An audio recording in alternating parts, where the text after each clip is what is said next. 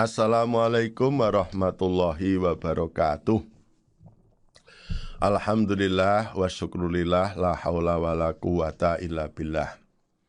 Allahumma sholli wa sallim wa barik ala Muhammadi wa ala alihi wa sahbihi ajma'in, amma ba'd. Pemirsa yang saya muliakan, rahimakumullah, Ramadan tahun ini adalah Ramadan yang spesial. Kita tidak sebebas pada Ramadan-Ramadan sebelumnya untuk melakukan ibadah. Ada pembatasan-pembatasan. Ada istilahnya lockdown. Kita nggak boleh sembarangan bepergian, sembarangan berinteraksi, sembarangan bergaul. Sehingga sholat berjamaah 5 waktu, sholat raweh, sholat id, buka bersama, dan seterusnya juga harus berhenti sementara. Padahal kita sehat, kita tidak sakit. Sebenarnya kita bisa bepergian, situasinya aman. Karena apa? Kita bebas dari 3 hal yang mempersulit ibadah. Di dalam surat Al-Muzammil ayat 20 sebagai basis pembahasan kita ini, disebutkan ada 3 kondisi tidak normal sehingga orang tidak bisa beribadah dengan tenang. Apa situasi yang tidak normal tadi? Yang pertama apa? Yang pertama, alima an sayakunu minkum mardo. Nah, Allah tahu di antara kamu nanti ada yang sakit. Banyak yang dirawat. Banyak yang harus opname. Banyak yang harus terkapar. Bahkan dokter-dokter pun banyak yang sakit. Yang kedua apa? Wa akharuna yadribuna fil ardi yabtaghuna min fadlillah. Dan di antara mereka ada yang berjalan di muka bumi, mencari karunia Allah, merantau, jadi musafir, berdagang. Itu juga membuat orang sulit beribadah. Maka ada rukhsah. Kita sudah boleh menjamak, mengkosor, karena kita sedang berjalan di muka bumi. Yang ketiga apa? Wa akharuna yuqatiluna fi sabilillah. Dan di antara mereka ada yang berperang di jalan Allah. Dengan perang ini otomatis ibadah juga tidak sebebas dalam kondisi biasa. Nah, kalau kita berada pada bulan Ramadan, tidak sakit, tidak boleh bepergian, tidak dalam peperangan, apa yang harus kita lakukan? Supaya Ramadan itu tetap berkualitas.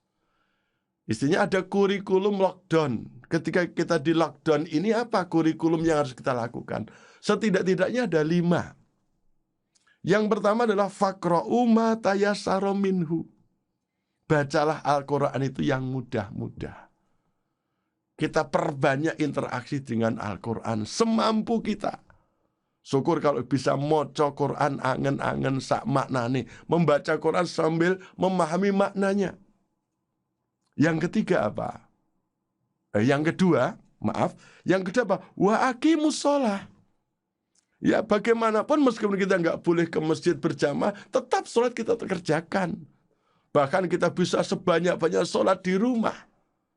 Sholat-sholat sunnah kita tambah. Yang ketiga, wa atus zakah. Dan tunaikanlah zakat. Apalagi kita tambah dengan sedekah yang lain. Bahkan ada anjuran dari Wakil Presiden supaya mempercepat pembayaran zakat. Karena Pak sangat dibutuhkan oleh saudara-saudara kita yang terdampak. Yang akhirnya Pak kekurangan pangan tadi. Kekurangan buah-buahan tadi. Sehingga mereka menjadi orang yang betul-betul sangat butuh dengan zakat kita. Dan yang keempat, nah ini yang juga tetap penting. Wa aqridullaha qardan hasanah. Dan berilah pinjaman kepada Allah dengan pinjaman yang baik. Harta kita yang pasti akan kita tinggalkan pada lebih sementara kita pinjamkan kepada Allah. Untuk apa? Kita tetap harus membangun tempat-tempat pendidikan, tempat-tempat kesehatan. Untuk perjuangan dakwah dibutuhkan harta kita. Allah minjam dengan istilah wa aqridullaha qardan hasanah.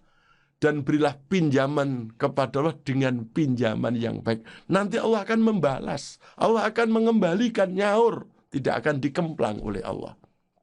Dan yang terakhir, di tengah-tengah kesibukan kita sedang di lockdown ini, pada kita tidak sakit, tidak merantau, tidak berperang. Yang kelima adalah wastaghfirullah, innallaha ghafurur rahim. Dan memohon ampunlah kepada Allah, karena Allah Maha Pengampun lagi Maha Penyayang. Kita perbanyak istighfar, kita banyak untuk mohon ampun, kita banyak untuk bertobat. Apalagi bulan Ramadan adalah bulan maghfirah. Mudah-mudahan meskipun kita di lockdown, tidak dibebaskan seperti sebelumnya, dan nanti sudah Ramadan, maka kita tetap berRamadan dengan berkualitas, dengan melaksanakan 5 hal yang disebut dalam surat Al-Muzammil ayat 20. Billahi taufiq wal hidayah. Wassalamualaikum warahmatullahi wabarakatuh.